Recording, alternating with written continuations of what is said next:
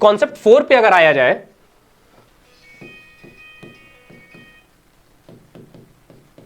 Concept 4 पे अगर हम लोग आते हैं तो कॉन्सेप्ट 4 में क्या मिल रहा है हमको कि किस तरीके से एक एक चीजों का यहां पे वर्णन कर रहा है। तो देखिएगा, अब क्या देखते हैं हम लोग, सम ऑफ सिंगल डिजिट। अब यहां से देखना है कि सिंगल डिजिट जो है उसके दो फॉर्मेट पूछेगा। कैसे? अभी आपको अगर मैं पीछे थोड़ा सा दिखाऊं तो यहां पे क्या कर रहे हैं हम लोग, आप देख रहे होंगे कि यहां पे छोटे छोटे जो भी हम रिवर्स ले रहे हैं या जो भी ले रहे हैं उनको सम करता हुआ जा रहा था ना। वो एग्जामिनर पहले ही क्या करेगा ना कि इनका सम ले लेगा। जैसे 2 + 1 कितना 3 और 2 + 0 कितना 2, तो टोटल कितना हो जाएगा 2, 1 3 और 2 5। यहां पे 23 आएगा नहीं, हो क्या जाएगा 5 हो जाएगा। वैसे ही अब देखते हैं कि यहां पे अगर आए तो एक छोटा सा क्वेश्चन लेते हैं, और अगर मैं लूं इंक, ठीक है, आई का नंबर कितना 9, कितना हो गया आई का नंबर 9, एन का नंबर कितना 14 और के का नंबर कितना 11। अब इनको वो डायरेक्टली ऐड नहीं करता है, ध्यान से देख लीजिएगा कैसे करेगा ऐड। 9, 4 और 1 5, 1 और 1 2, अब कितना हो जाएगा 5 और 2 7 और 9 कितना हो जाएगा 16। यहां पे क्या किया उसने 16 रख दिया। अगर आप इनके विपरीत को भी ऐड करें, उस तरीके से भी ऐड करें, तो क्या 16 पहुंचेंगे? किसी कीमत पे नहीं पहुंचेंगे। आप पहुंच कैसे रहे हैं कि 4 + 1 कैसे किया, n का जो प्लेस वैल्यू 14, k का 11 2। आपको याद होगा पीछे के भी फॉर्मेट में हमने क्या किया था कि वहां पे क्या कर रहा था कि पहले ऐड करके फिर उनके विपरीत को ले रहा था। उसी प्रकार से यहां पे क्या कर रहा है, इनको ऐड कर रहा है और सीधे तौर पे इनको लेता चल रहा है। अब आपसे क्या है कि कुछ भी पूछा जा सकता है कि what is the code of book, कितना, what is the code of book. तो बी का नंबर कितना 2, ओ का नंबर कितना 15, इसका भी कितना 15, के का नंबर कितना 11। क्या इनको डायरेक्ट ऐड करेंगे या फिर अपोजिट? नहीं, पहले इसको सिंगल डिजिट में कन्वर्ट करेंगे। मतलब क्या कि सम करते हैं, तो अब यहां से कितना हो जाएगा 6, 6 और 2। अब इसको क्या करेंगे हम लोग, ऐड कर देंगे, 6 6 12, 12 और 4 16, तो यहां पे कितना आ जाएगा 16। देख लीजिए 6 2 8, 6 और 2 8, 8 दूनी 16, तो यहां पे आंसर कितना आ जाएगा हमारा 16। ये बात पूरी की पूरी क्लियर है, ठीक है। अब आगे बढ़ते हैं जरा। सेकंड क्वेश्चन अगर लिया जाए तो यहां पे क्या कर रहा था कि इनके सिंगल डिजिट को कन्वर्ट करके और तब कर रहा था, है ना। आगे क्या है कि अब आप देख रहे होंगे कि यहां पे थोड़ा सा पैटर्न हमने जब देखा था तो यहां पे क्या कर रहा था, 3 का सी का 3 था और उसके बाद किसमें, उसके रिवर्स में गया था। वो यहां पे भी यही काम कर सकता है। कैसे करेगा तो देखिएगा जरा कि अगर यहां पे ले लिया जाए कि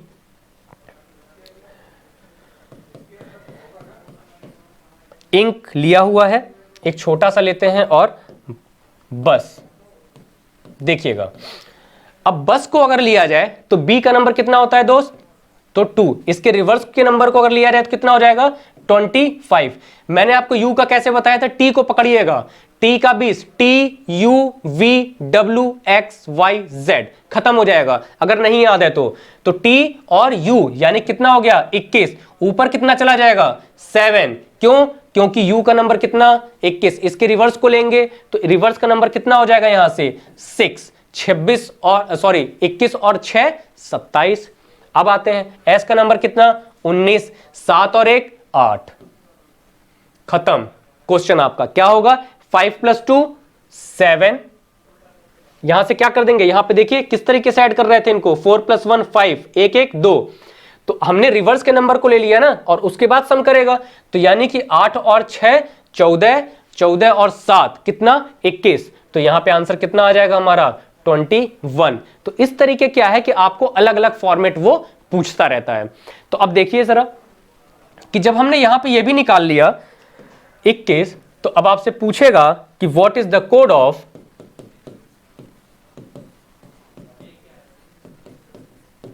इरेजर।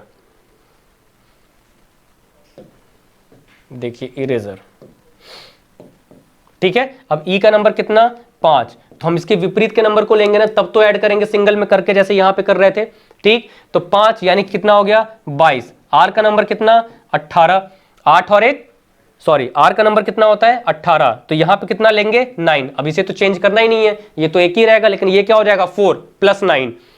ए का नंबर कितना होता है 1 यानी कि 26, s का नंबर कितना होता है, तो s का नंबर होता है 19, यानी कि 8, 7 और 1 8, और e का नंबर कितना 5, तो यानी कि यहाँ पे कितना 22, r का नंबर कितना होता है 18, यानी कि यहाँ पे कितना 9। अब इन सबको क्या कर देंगे हम लोग, ऐड कर देंगे। और कैसे, सिंगल डिजिट में, 4 9 4 13, 13 और 8, 13 8 कितना हो जाएगा 21, 21 में अगर हमने 8 को जोड़ा तो कितना हो जाएगा हमारा 21 और 8, 8 और 1 9, यानी कि 29, 29 में अगर हम 4 को जोड़ते हैं तो 33, 33 में अगर हम लोग 9 को जोड़ते हैं तो कितना हो जाएगा 33, यानी कि 7 और 2 42। तो राइट हमारा आंसर कितना हो जाएगा 42। बात क्लियर है। देखिए मैंने ऊपर जोड़ करके लिखा जरूर, लेकिन वहां पे लिखा था और मैंने ऐड करके उसे मिटा दिया। तो 8 6 14, 14 में 7 को अगर हम जोड़ेंगे तो कितना हो जाएगा 21। तो ये आंसर हमारा क्या हो जाएगा 42। तो ये समझ में आया कि जब सिंगल डिजिट में इनको कन्वर्ट कर रहा है तो कैसे कर रहा है, ठीक है। तो इस तरीके से क्या है कि कोडिंग डिकोडिंग के जो क्वेश्चंस हैं, जो पैटर्न है, वो डे बाय डे चेंज होते जा रहे हैं, ठीक है ना। क्योंकि अब ये पैटर्न इनमें से कौन सा आ जाए, अब आप देख रहे होगे कि हर जैसे 4 कॉन्सेप्ट लिए, यानी कि टोटल नंबर ऑफ क्वेश्चन 8 बन गए, 10 बन गए, लेकिन ये एक फॉर्मेट है, एक एक क्वेश्चन जो है एक एक फॉर्मेट बना हुआ है। इस तरीके से अब हमको देखना पड़ेगा कि ये क्या बन रहा है, कैसे बन रहा है और किस तरीके से यहां से चलता हुआ जा रहा है। बात क्लियर है। अब आते हैं और ये देखते हैं कॉन्सेप्ट 4 में। ये कॉन्सेप्ट 4 था। अब देखते हैं जरा कॉन्सेप्ट 5। कॉन्सेप्ट 5 का मतलब यह है कि आपको क्या करता है कि जैसे कोई भी, जैसे हम देख रहे थे यहां पे कोई भी नंबर लेटर लेकर के इधर क्या कर रहा था, कभी उसका रिवर्स कर रहा है, कभी कुछ कर रहा है, कुछ ना कुछ हेरा फेरी कर रहा है। हमने क्या देखना है कि जब यहां पे इंक ले और उसमें से, जैसे मान लो यहां पे उसने एक छोटा सा ले लिया इंक। अब इसको ध्यान से समझना जरा, यहां से आपके 2 क्वेश्चंस बनते हैं, कभी अपोजिट के भी बनते हैं और वहां पे भी। फिर तो हमने देखना ही है। इसको मैं थोड़ा और साइड कर लेता हूं ताकि मुझे जगह ज्यादा मिल जाए। समझिएगा इस पैटर्न को। देखिए i का नंबर कितना होता है 9, n का नंबर कितना होता है 14 और k का नंबर 11। एग्जामिनर यहां पे थोड़ा सा टफ करता है और क्या करेगा, एक बार माइनस एक बार प्लस, किसमें, एक एक वैल्यू में। समझिएगा किस तरीके से। जैसे अगर मैं यहां पे लिखूं i लिया मैंने। अब जैसे i लिया और i का नंबर आपको पता है क्या होता है 9, वो क्या करेगा, ये क्या होता है हमारा लेफ्ट, ये क्या होता है राइट। 9 में +1 और -1। जैसे ही हमने +1 किया तो 9 1 प्लस कितना हो गया 10, 9 - 1 किया तो कितना हो गया 8। अब आप देख रहे हैं कि जैसे 8 और 10 आया तो एग्जामिनर क्या करेगा, यहां पे 8 और 10 को लिख देगा। बात क्लियर है। अब देखिए यहां पे n का नंबर कितना, n का नंबर कितना 14। अब आपको पता है कि हमने n का नंबर जो 14 किया है तो यहां राइट में क्या है +1 और लेफ्ट में क्या है -1, तो 14 + 1 कितना 15 और 14 - 1 कितना 13। वो क्या करेगा 13 और 15 को लिख देगा, 13 और 15 को। उसके बाद से अगर आप देखेंगे तो बचा क्या हमारे पास k, इधर ले लेते हैं कोई बात नहीं। तीसरा वाला हमारे पास क्या बचा k, और k का नंबर कितना होता है 11।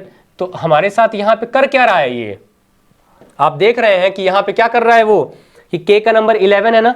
तो करेगा क्या कि एक बार ये आपके राइट साइड में +1 और इधर क्या -1, तो 11 और 1 कितना हो गया 12, और 11 में से 1 को माइनस करेंगे तो कितना हो जाएगा, ये कितना हो जाएगा 10। तो यहां पे कितना लिख देगा 10 और 12। लेकिन एग्जामिनर का मन यही नहीं भरता है। ये जो अरेंजमेंट लिखी हुई है आप देख रहे हैं 8 10 13 15 10 और 12, ये अरेंजमेंट है किसकी, ये अरेंजमेंट जो है लेफ्ट टू राइट की अरेंजमेंट उसने ले रखी है। लेकिन वो राइट टू लेफ्ट भी ले सकता है। मतलब क्या कि पहले वो 10 और बाद में क्या 8, यानी कि 10 और 8 भी अगर लिख दे तो कहां कोई गलती है भाई, काम तो वही कर रहा है, लेकिन अरेंजमेंट लिखने का जो तरीका है बस उसने चेंज कर दिया, ठीक है। उसके बाद क्या कर रहा है कि यहां पे 15 और 13 कितना 15 और 13, यहां पे कितना 12 to 10। क्या हो गया कि अब अगर आप देखेंगे तो ये पूरी की पूरी जो गणित है ये आपके समझ में आ गई। कर कैसे किया कि अगर यहां से देखिए अब ये 3 थे ना, अगर मानो कि पहले पैटर्न में देखते तो हमको कंटिन्यूअस नंबर नहीं मिलते, तो अब आप क्या करेंगे कि अगर आपको कभी भी कंटिन्यूअस नंबर मिले, एक आपको छोटा सा कोई लेटर दिया हो, एक बड़े से एक कोई नाम दिया हो और उसके सामने देखिए कि कंटिन्यू आपको बहुत बड़े नंबर लिखे हुए हैं, तो आप क्या करेंगे, सीधे तौर पे सीधे सीधे वहां पे उन सारी संख्याओं को जोड़ के रख देंगे। बात समझ में आ गई? तो इस तरीके से क्या है, ये जो फॉर्मेट है हमारा, इसको लिखेगा। यहां पे क्या लिखा था, लेफ्ट टू राइट की अरेंजमेंट, यहां पे लिख लेना अरेंजमेंट, और यहां क्या किया है, राइट टू लेफ्ट की अरेंजमेंट कर दिया है कि पहले क्या लिया है, राइट वाले इन दोनों के कपल में, और उसके बाद किसको लिया है, लेफ्ट वाले में। ठीक है, अब यहां तक करने के बाद ये सारी की सारी जो चीजें हैं हम लोग आगे की नेक्स्ट क्लास में देखेंगे कि इसका जो कॉन्सेप्ट है वो क्या है, क्योंकि ये जो तरीका है ना आपको इतना स्ट्रांग कर देगा कोडिंग डिकोडिंग में। देखो टाइम तो इसमें लग रहा है, लेकिन क्या है कि अभी आपकी बेसिक क्लासेस हैं, इसके बाद अभी जितने भी क्वेश्चंस कराएंगे उसको पीपीटी पे कराएंगे, लेकिन वहां पे क्या है, फिर नंबर ऑफ क्वेश्चंस तेज चलते हैं, क्वेश्चन देखा आंसर किया, क्वेश्चन देखा आंसर किया। ये जो है आपको पूरा का पूरा बिल्डअप है कि अगर आपने ये कॉन्सेप्ट समझ लिए तो ये आपके दिमाग में बैठ ही आएगा, फिर कितना भी टफ क्वेश्चन पूछ ले एग्जामिनर, आप इनके बाहर कभी भी नहीं जाएंगे। बात क्लियर है? तो आशा करते हैं कि ये चीजें आपको बिल्कुल पसंद आई होंगी, क्योंकि जो पैटर्न है बिल्कुल उसी तरीके के हैं, वही पैटर्न आपको बताया जा रहा है, वही क्वेश्चंस लिए जा रहे हैं जो आपके एग्जामिनेशंस में आते हैं। बात क्लियर है? तो अभी नेक्स्ट क्लास में फिर हम इसके एडवांस लेवल को देखेंगे और जो इसकी क्लासेस हैं उसमें देखेंगे कि पीपीटी के माध्यम से जितने भी और क्वेश्चंस हैं उसे करेंगे। बात क्लियर है? सो फिर thank you very much, and next session में आपसे मुलाकात होगी। Thank you very much, goodbye, good luck.